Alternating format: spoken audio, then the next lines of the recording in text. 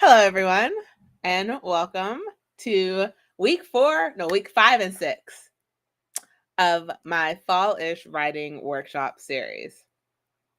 I apologize for the little delay of starting later than 7 o'clock, as I stated, having some technical issues and life sometimes.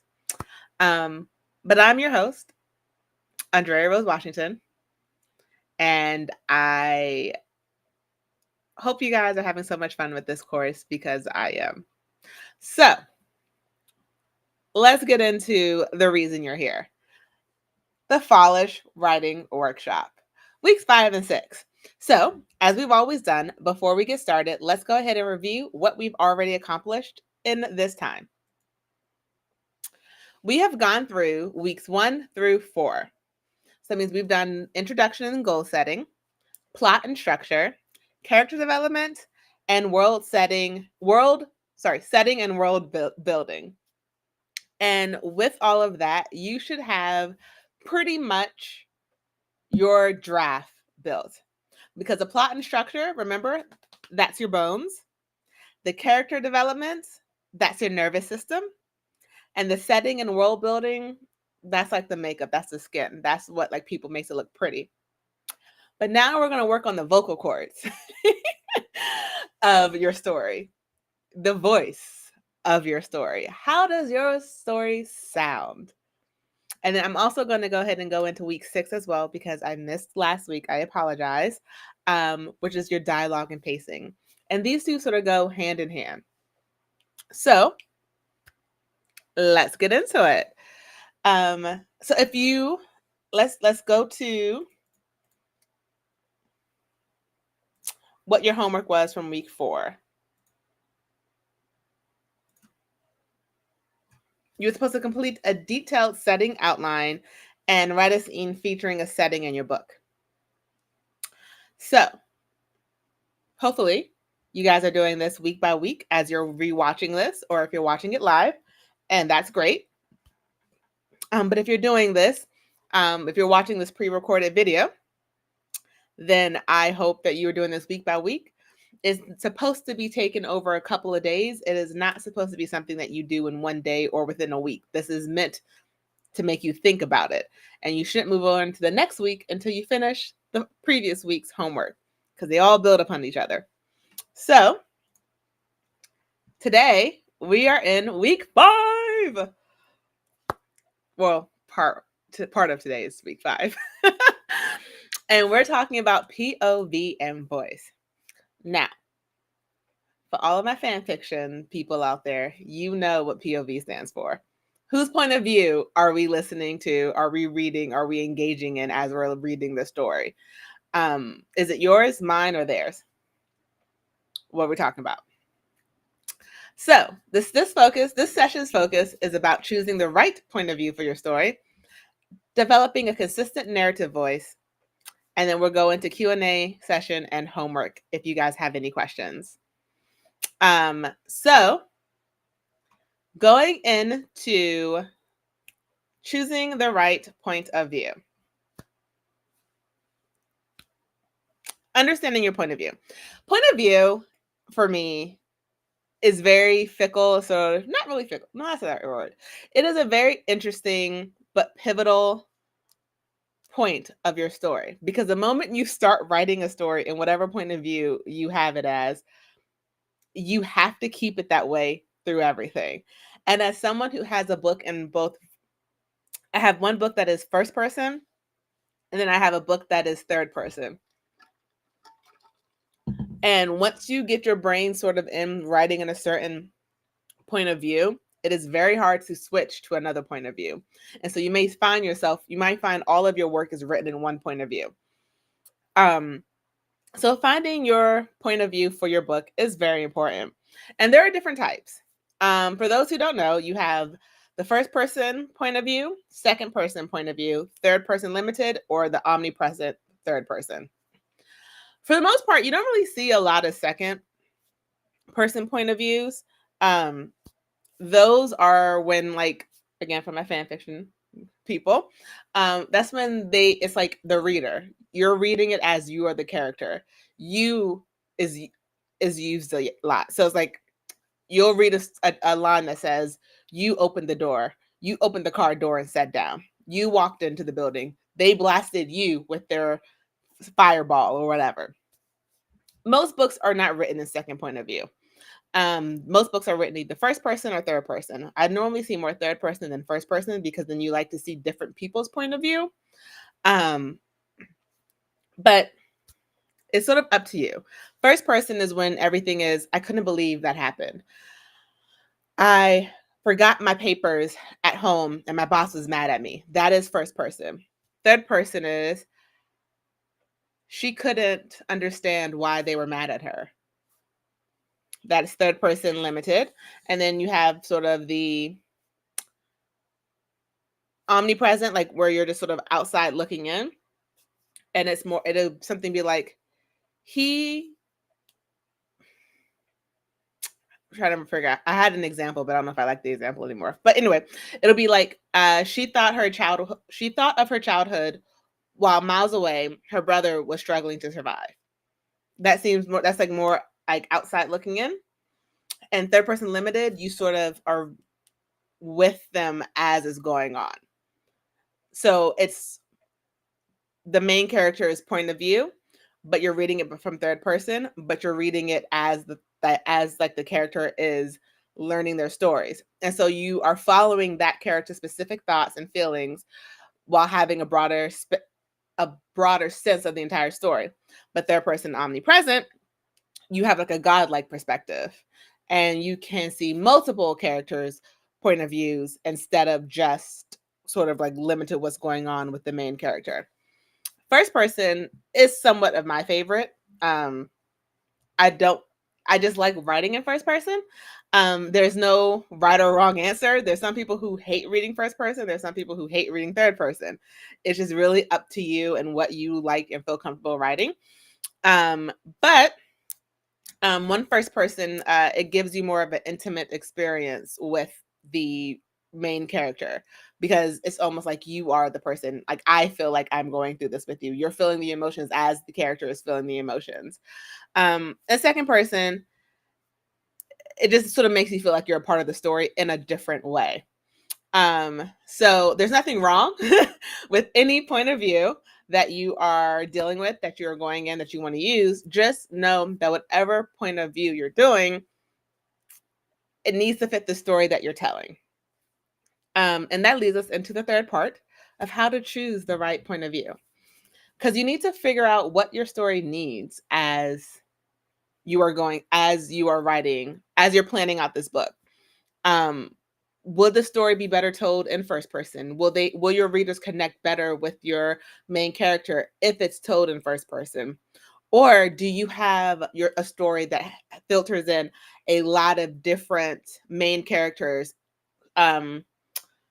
I'm trying to think of a story that has a really good omnipresent one. So a story where a lot of romances are sort of like that, where you have the main character and then the love interest, and like you're flipping back and forth between the two main characters. And sometimes those are written in first person and sometimes those are written in third person, depending on how many points of views are thrown into the story.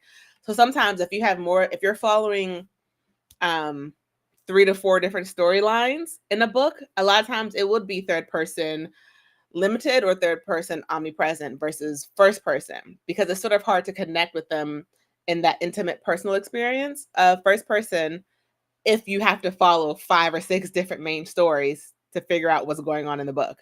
And then also, who's the character you're focusing on, which sort of goes into my previous point of like, what does the story need? Do you want your main character to be the end all be all for your readers? Do you want them to love them? Do you want your readers to believe every word that's coming out of their mouth? Then maybe you should make it first person.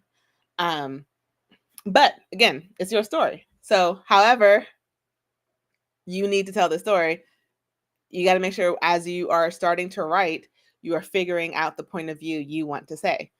And then also the tone of the book. Remember your tone and remember this is your vocal cords. This is your voice. This book, however your point of view is, it's your voice. It's the tone of the book. It's exactly how your readers are going to connect with it. And sometimes it's very easy to pick a point of view. And sometimes you don't even think about, oh, I just assumed every book has to be in third person or every book has to be in first person. It doesn't. But you just have to decide whichever one, as you're going to start writing, whichever point of view you're using, that's the point of view you're going to stick with. Because as someone who has written a book in third person and then had to switch over the story to first person because I decided first person fit it, like after I finished like a whole half of the book, going back and editing from third person to first person is not as easy as it seems. And so a lot of sentences had to change. And that's what have changed. It's changed the feeling of the book slightly to go from third person, omnipresent, the godlike, where I'm up here and my characters are dancing for me, like down here. It's different to go from that to being the main character and I'm going through this and I got fired and my boss is mad at me too, versus she couldn't believe her boss fired her. What was wrong with him? It was a different feeling, and I had to convey different emotions that the character was going through, and I had to make it more personal when I was writing first person. So this is something that you need to think of as you are planning out your book. And then going into the next one, developing a consistent narrative voice.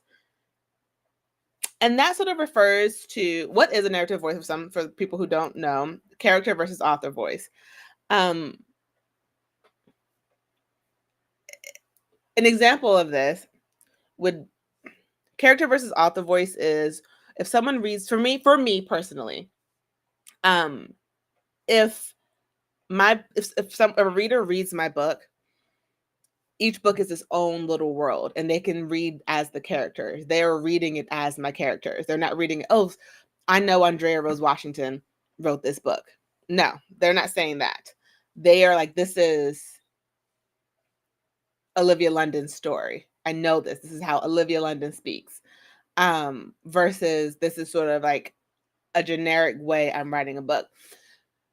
I won't call out any authors because I've read them. I think I've read books in both author's voice and character's voice. And neither one is good or bad. It just sort of depends on you as a writer, what you are trying to showcase. I personally try to showcase my character's voice. I want my characters to come up through the pages and live through the pages and for people to see them and know them without a shadow of a doubt. But either way, you want a unique style, a unique language that sort of used to tell the story. You want to make sure it's consistent again throughout the entire story. And if you're doing multiple series, make sure your voice, if you choose the author voice or the character voice, that it stays consistent throughout the entire series as well. You don't want people to feel like your second book was written by someone different and you're like not really getting the same vibe as you did in the second book that you did in the first book. And I found that was really hard when I was writing the second book because what writers don't get, and I didn't personally get when I was writing Elendil and Amatri's Magic, the first one, and I started going into the second books, I tried to do character voice in both of those books.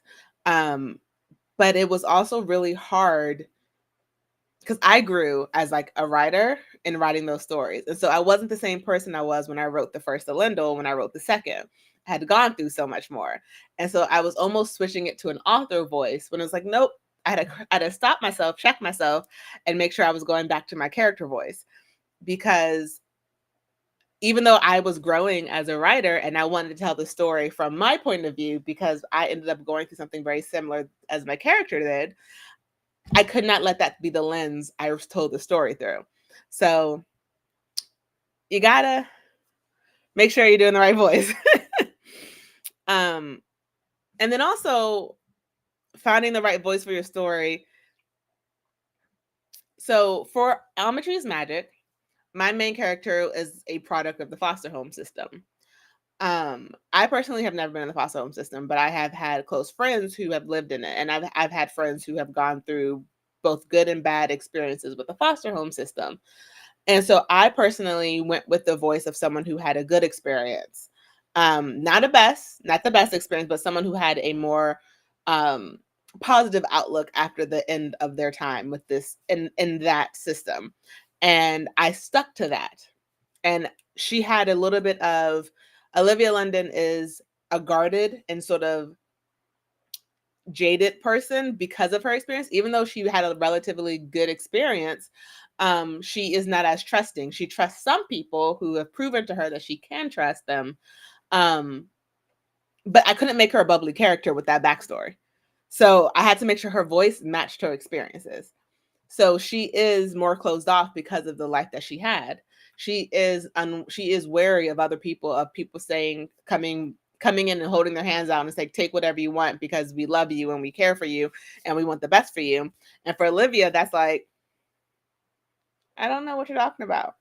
And so she couldn't be as bubbly and trusting and naive as, let's say, Sasha is from my book, Adelathea. Sasha had a very different upbringing. She lost her father, but she had a very safe life with her mom. She went to school, she had a best friend, she was joking around, wanted to have parties. She and Olivia are not the same person. And so their voices could not sound the same as I was writing them because they had very different upbringings.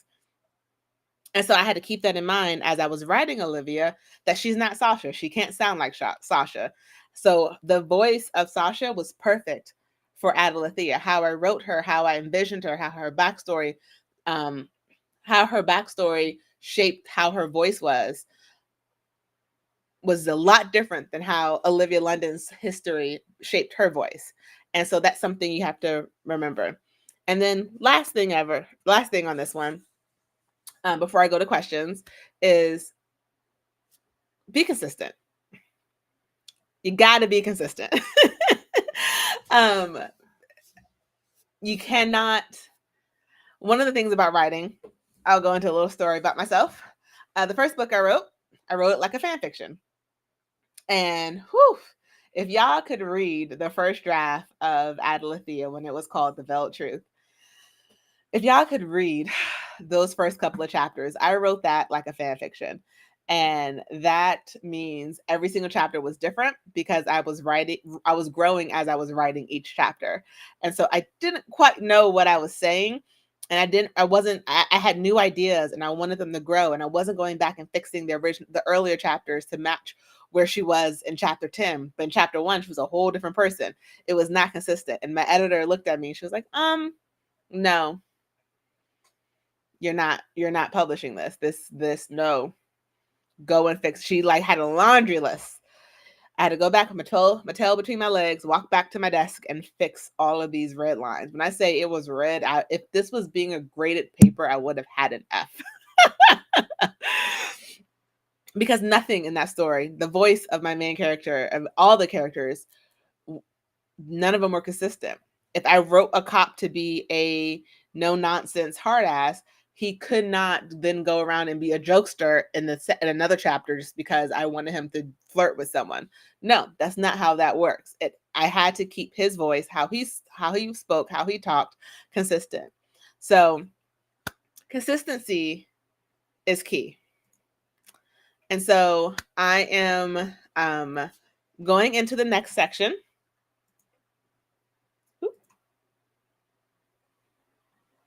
I went too far ahead. Questions before we move into week 6 information. Any questions off of week 5 and voice and POV for the people who are watching live? Feel free to drop it in the chat. I'll give you a couple minutes while I explain what your homework is for week 5.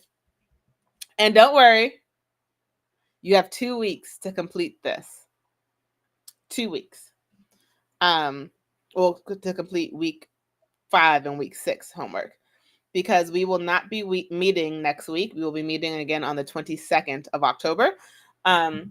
So in this introductory phrase, if you have a question, go ahead and drop it in the chat. But your homework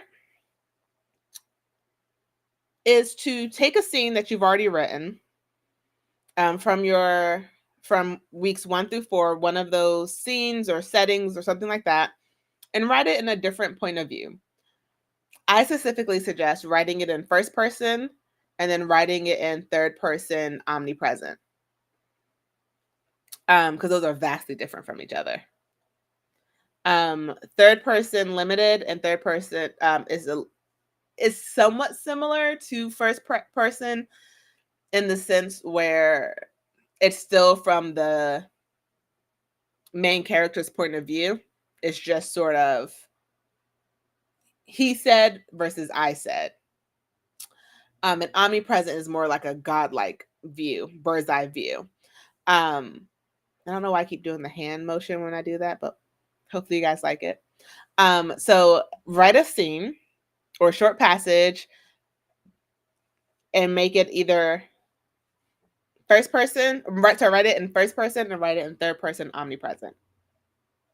And again, these are all these homeworks, the homework that I'm assigning, assigning like I grade anything, is to help you get your goal completed as you're getting closer and closer to getting your book completed, your draft completed, because the portion where we're going to start writing is starting soon. So if you have been doing all the steps, I'm going to go back real quick. If you have been doing everything from week 1, 2, 3, and 4, you should have sort of a solid plot structure outline. You should have some characters developed in there. You should have your world and setting, your world and your setting somewhat figured out. And so now you're sort of just building upon that. These are all layers to your book. Again, plot and structure, your bones. Your character development is your nervous system. It makes your readers feel. Your setting and your world building, that's your skin, your makeup. It's what makes it look pretty. Makes you go, oh, I can't believe it. It's so nice to look at, all that stuff. And now we're getting into the vocal cords, the voice.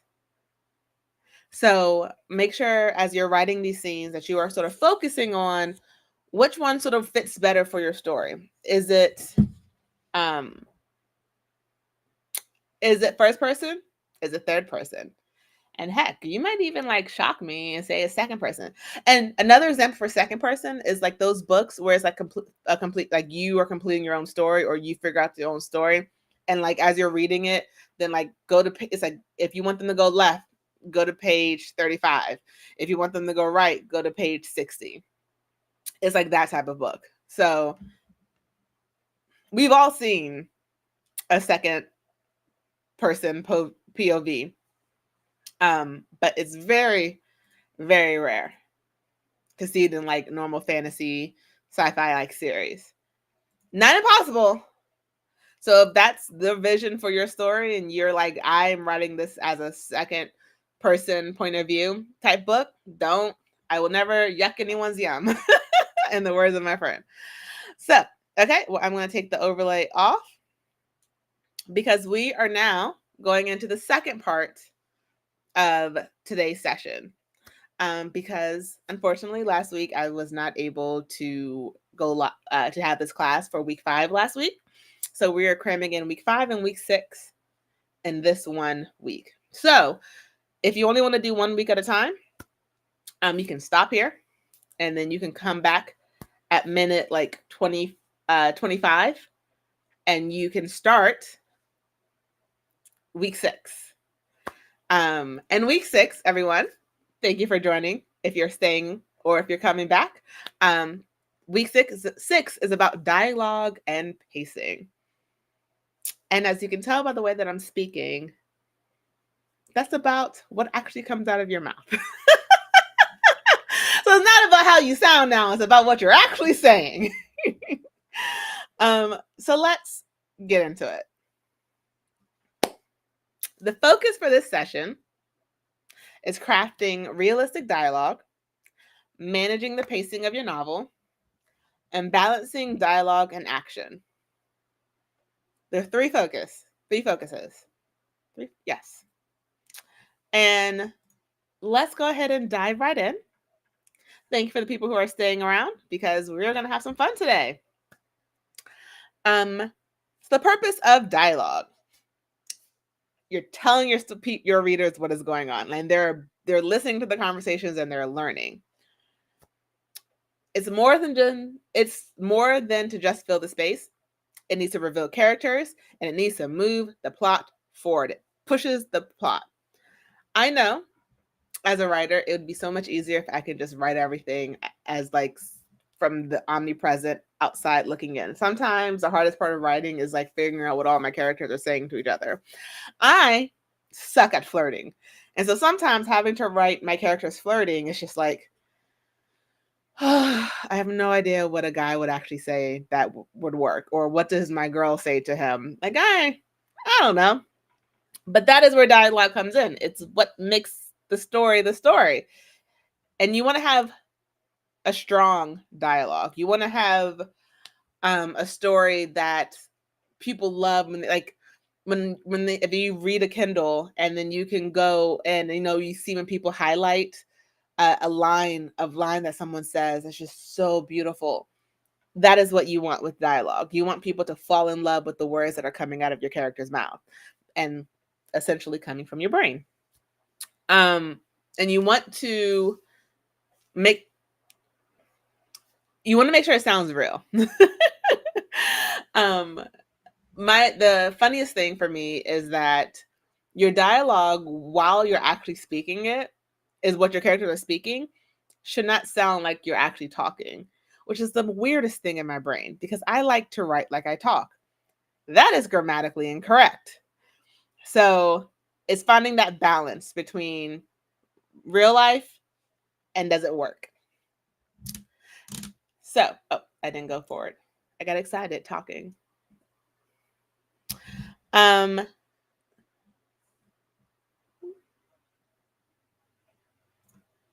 did go forward. Okay, sorry.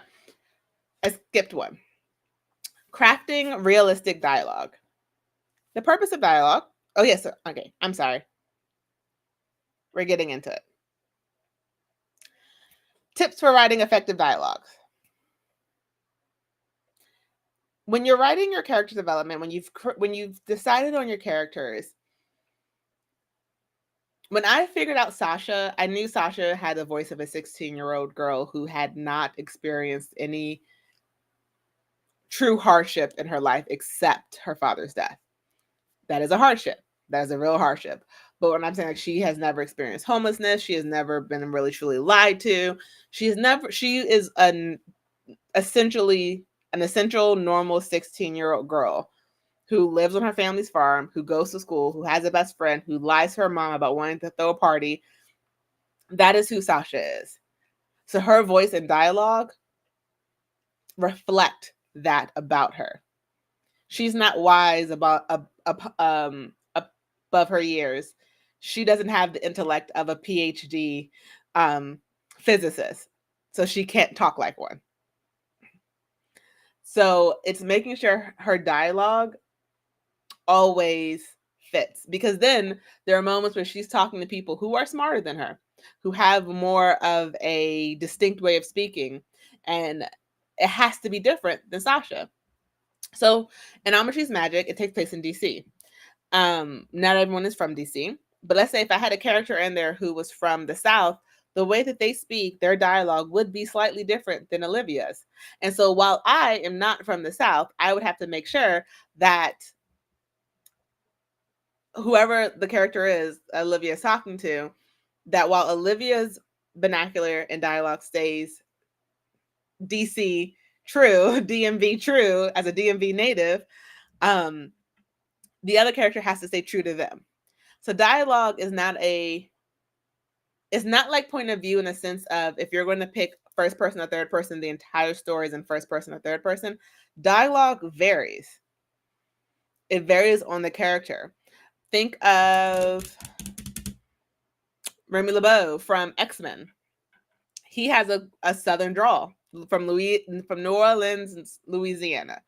The way that he speaks in every type of comic will always be in that New Orleans drawl. Yes, he's New Orleans.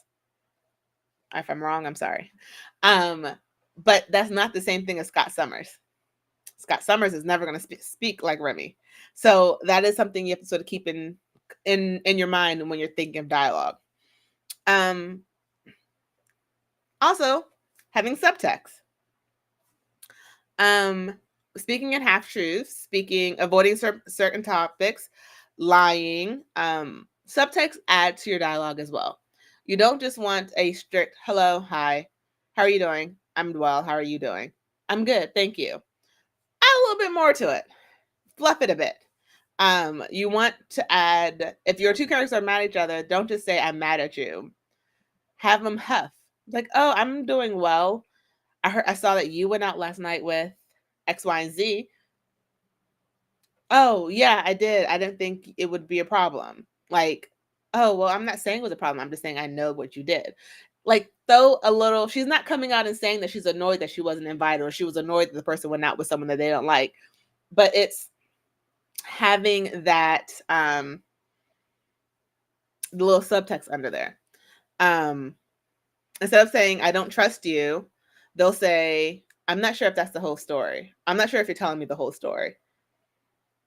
We're good with subtext when we are talking to our friends. We're good with subtext when we're in real life.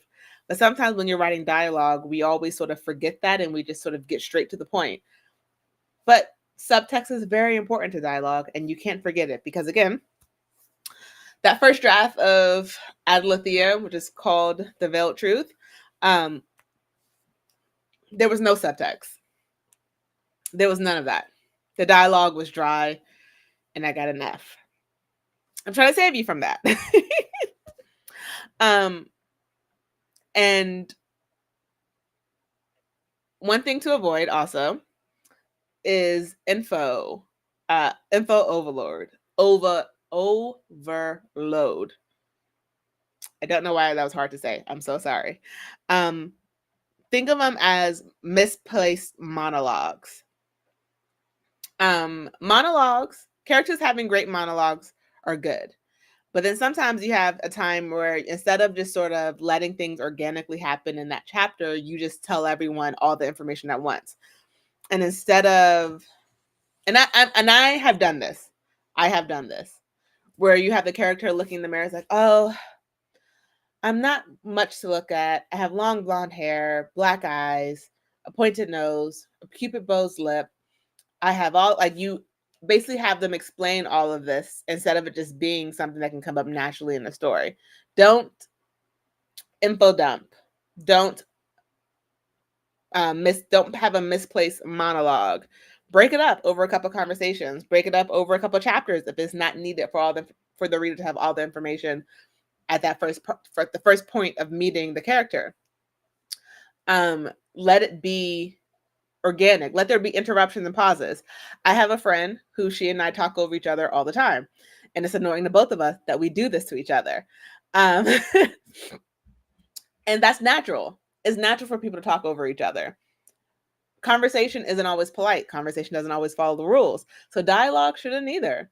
If your character and her best friend have been best friends forever, a lot of times best friends talk over each other. They finish each other's sentences. That's something that can come through in dialogue to show in a more natural way of how close these two people are.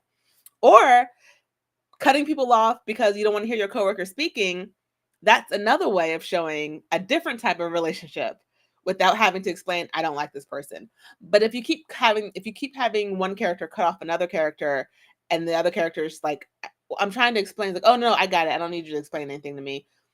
That's a way of showing some tension in there. And then having pauses. Sometimes you need to have a little bit of breaks as you're writing dialogue because sometimes just too much dialogue and no setting, no exposition, no nothing else going on. I know for a fact for myself, I can't talk to anyone without doing something else with my hands, fidgeting, playing with something. 9 times out of 10, if I'm on camera and you don't see my hands, I am playing with something or I'm looking around or I'm twirling in my chair because no one really just talks to each other sitting still doing nothing. You have real life movement. Convey those movements, those pauses, those those to in your writing to your readers. And dialogue can also be used for conflict because had to remember this is live. People can have some nice verbal spats. Those can also be used in your dialogue. If two characters want to fight, have them fight using their voice, using their words. It doesn't always have to be fighting with physical fights with your hands. Sometimes your characters can have verbal sparring. And my last one, as a tool for conflict is also I talk to myself heavily, a lot, like out loud. I talk to myself out loud because I, one, find myself very interesting, and two, it helps me figure out what I'm doing. And if your character also speaks out loud to themselves, that could be a way to further the story, add a little bit more dialogue of her talking to herself. It adds another layer of slight crazy to your story. It makes your character a little bit more real. And it feels like the dialogue is a little bit more realistic as well. Because when I say I talk to myself a lot. I should probably get help for that. But it helps push the dialogue further. Moving on to the next one. Managing the pacing of your novel. Dialogue helps with that as well. Do you ever notice when you're reading like a action-packed chapter and the story's just moving and the characters are like talking, you feel like you're right there and your heart's palpitating with them because you're just like, oh my God, run. What are you doing? Why are you guys just standing there talking about going into the basement where the killer was? Run. Why don't you run? Dialogue and the pacing of your dialogue can help further that story along. Sometimes when I'm writing my dialogue of my characters going through something hectic, I'll verbally say it, how it feels, and like what the emotion I'm trying to convey, and then I'll write it down. I may voice record myself, so I match the tone, the words, like if I'm stumbling over my words because I'm too excited to say something, I want the dialogue to showcase that as well. And so your pacing of the story can be slowed or sped up by your dialogue. Sometimes you have characters. Again, I will never talk bad about a book, except one of my own, on these lives. But there is a story where the dialogue was just so slow, and they spent so long explaining what they were cooking for dinner to other people, and I was losing my mind. I skipped like an entire chapter of nothing, and they were talking legitimately about serving, like nothing. The dialogue didn't further the story. The dialogue just was them talking about the 14-course meal she made this guy and how nervous she was. And it slowed the story to a halt for me. I took a break after that chapter because it was just so boring. I still finished the book though. The book was amazing. That chapter was just horrible. But just saying, your dialogue can make or break your story. In the chapter, I will never say what book it is because I really do love that book. It was just that chapter was just not fun. And so sometimes when you have shorter sentences, your brain automatically reads that faster, so it's sort of like a faster story. Or if you're like me and you have run-on sentences and even speak in run-on sentences, your story can become a little bit slower. So it's finding that balance between fast pace and slow pace, short sentences, long sentences. What are we doing? Moving on. I have my notes so I don't forget what I'm talking about. Because if I try to talk without notes, people, it will not be fun. How dialogue affects pacing. I think we've covered some of that. But just another example, you want short, fast exchanges. In an argument or a tense situation, they may talk over each other in a more like plan building kind of way.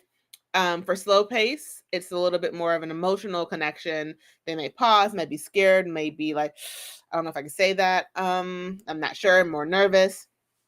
But I would suggest, if you are nervous about pacing when it comes to your story, there are a lot of different novels out there that strictly go into dialogue, but also read your books. Read your favorite books.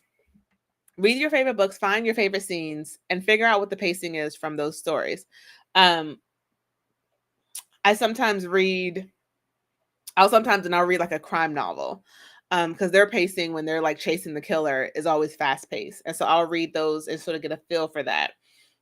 Sometimes I'll read high fantasy when I want a little bit more drawn out dialogue. But read your favorite books, find the scenes in there that sort of match your fast pacing, your slow pacing. And then as you're combining all your different outlines from your world building, from your plot, from your structure, all of that, figure out this scene, write a little note. This scene is supposed to be fast paced. This scene is supposed to be slow paced. And then take a look at your book and figure out, is your entire book fast paced? Is your entire book slow paced? Now, either one is fine. I personally write fast paced stories.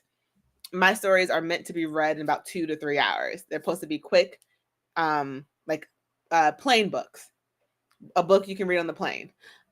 They are supposed to be quick, little deep forays into fantasy and sci-fi, and then you're able to come right out. I write that way specifically for the 3 books that I have already published.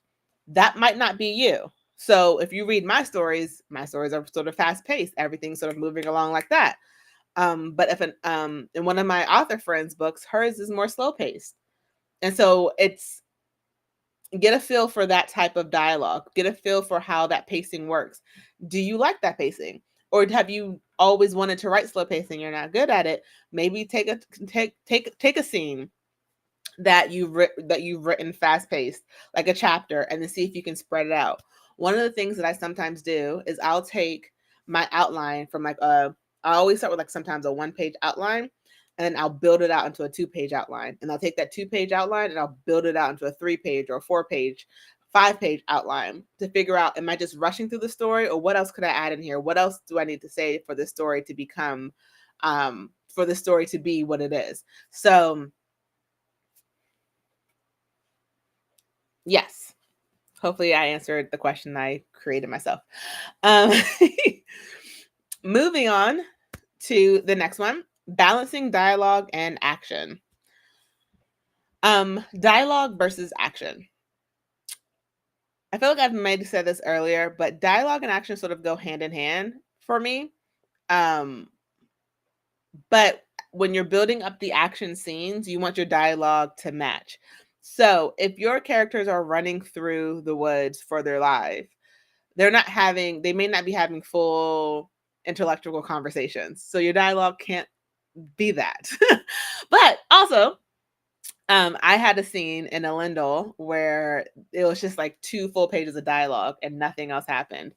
And my editor came to me and was just like, so are they just standing like a stone? No one's walking, no one's crossing the room, no one's yelling. They're yelling at each other, but there's no tensions rising. No one's running their hands to their hairs. No one's huffing. Like, what are you doing? Your dialogue's not matching what you're saying is happening in that scene. And so that was a point where I had to go back and fix my dialogue to match the action that was going on in the scene. So like an example, during a fight, a character might shout some short commands. They might have panic, they might cry, there might be some tension. But what they're not going to do is say, okay, guys. They're not going to have that monumental speech that rallies the troops. They'll have that conversation before the action happens, but not in the middle of the action. They won't have but they'll never have our freedom, like yell conversation that's going on. It won't be that, but that would happen before the action starts. But then the action, it'll be Battalion 1, attack there. Battalion 2, attack there. I have no idea if those are real things to do, but it'll be shoot, fire. We need help on our 6. Like that's the type of stuff that's happening in the middle of the action. Like, where's the shooter? I saw him over there. Okay, I saw him left. He's at your 6. I'm gonna go. Cover me. I got you. Like that's action dialogue if you're in the middle of what's going on. You want to make sure they're not having full-blown conversations while they're fighting for their life, because most people don't do that. I know I don't do that when I'm fighting for my life. So keep that in mind as you're planning out your dialogue. If you need them to have a full exposition conversation that explains what's about to happen before the action starts, make sure you keep that in mind, because you don't want your dialogue to slow down the pacing or the action of your story. You want I think I lost my note page. You want, I might have, but yes, you want them to go hand in hand with each other, dialogue and pacing. You don't want one to slow down the other. And so remember that as you are writing the story, as you're planning out the outlines, because we are getting close to the writing portion of this 12-week course, that your dialogue is building upon the story. Is working within the story, is not being a hindrance. That just because you want the man to have a full-blown love speech declaration, because I know words, just because you want him to have a full love declaration for him, is not really going to happen. Like Pirates of the Caribbean, the third at World's End, that was a very special, like, kiss in the middle of a fight type thing. Like, that does not always work well. And if you could pull that off in your book, great. But for the most part, most people don't get married as they're fighting for their life. It just doesn't happen like that. But if that is how your story is supposed to be, make sure you plan for that. Make sure that we can see what's going on around them, that as they're still saying their vows, that they're fighting, that they are fighting the people off. Because most people don't stand still and say their vows when they're fighting for their life. So that's something you want to sort of keep in mind as you are planning out these stories, as you're planning out your dialogue and your action. So going back to what our session focus was, for the couple people who are still hanging out there, if you have any questions, feel free to let me know. Otherwise, I'm going to drop your homework. And again, this homework is due, quote unquote homework, is due October 22nd, because that is when you get your next lesson. So you have 2 weeks to focus on the homework from session 5, which was writing a scene in both first and third person point of view, the same scene, 2 different point of views. And then for week 6, your homework is to take one of those scenes in first and third point of view, whichever one you like the most, and then make it heavy on dialogue. Add the dialogue to it. So it balances the pacing of that scene.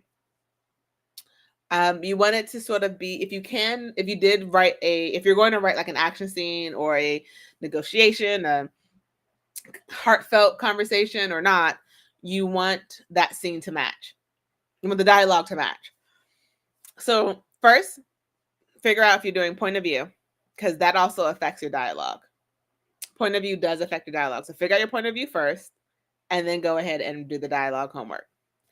I hope, for the people who stuck around, that this was very helpful, that you guys are learning and that you're writing your stories, because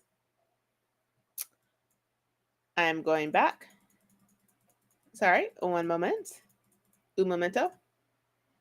As I stated, we are about a week and a half away. Sorry, 2.5 weeks away. 3 weeks away? 3 weeks away from drafting the first half of our book. And I told you, at the end of this 12-week course, I want to have a draft of my third book of Amatry's Magic completed. So I'm doing these things right along with you guys, because I need to write and I need to plan out what I'm writing. And whenever I actually sit down and plan out my stories, I get my stuff done. I get the book done, and the book is amazing when I take the time to do all this planning ahead of time. So remember, your plot and structure, that's the bones. Your character development, that's your nervous system. It makes your readers feel. Your setting and world building is your skin, the makeup. Looks so pretty. Oh, thank you, Marcia Bookswagger. I'm so happy that you find this very helpful. Your set and your voice, your vocal cords. How's it sound? I don't have a cute one for dialogue and pacing. I'm so sorry. I was trying to think of one because I was playing on a whole like you're building the body up of the story. I couldn't think of one for dialogue and pacing, but we are halfway there, guys. We are halfway there. I know that writing the third book of Amatry's Magic is going to be so much easier in November because of all the work that I've been putting in these past couple of weeks. My goal is for us to be able to do NaNoWriMo together, and I will be hosting some writing sprints throughout the month of November. So make sure you are following me on Instagram. I'll be posting my writing sprints there. We'll be doing it like we are here, live on Twitch, Facebook, and YouTube. Where we'll be taking time to just write together as one in a cohesive spot. Because sometimes you need to be forced to do your creative stuff. I've learned that the hard way. You got to plan to be creative sometimes. So, thank you, everyone. Marcia, for joining. I'm very excited to continue with this with you guys. I have 6 more weeks of this. I'm not going anywhere. Make sure you follow me on Instagram because if I do have to postpone any of my lives, I will let you guys know on Instagram. But thank you guys for being here. I am so excited to get this book done with you guys, and I can't wait to get to week 12 and we can all see what we have. So, as always, I'm Andrea, and I'll see you next time.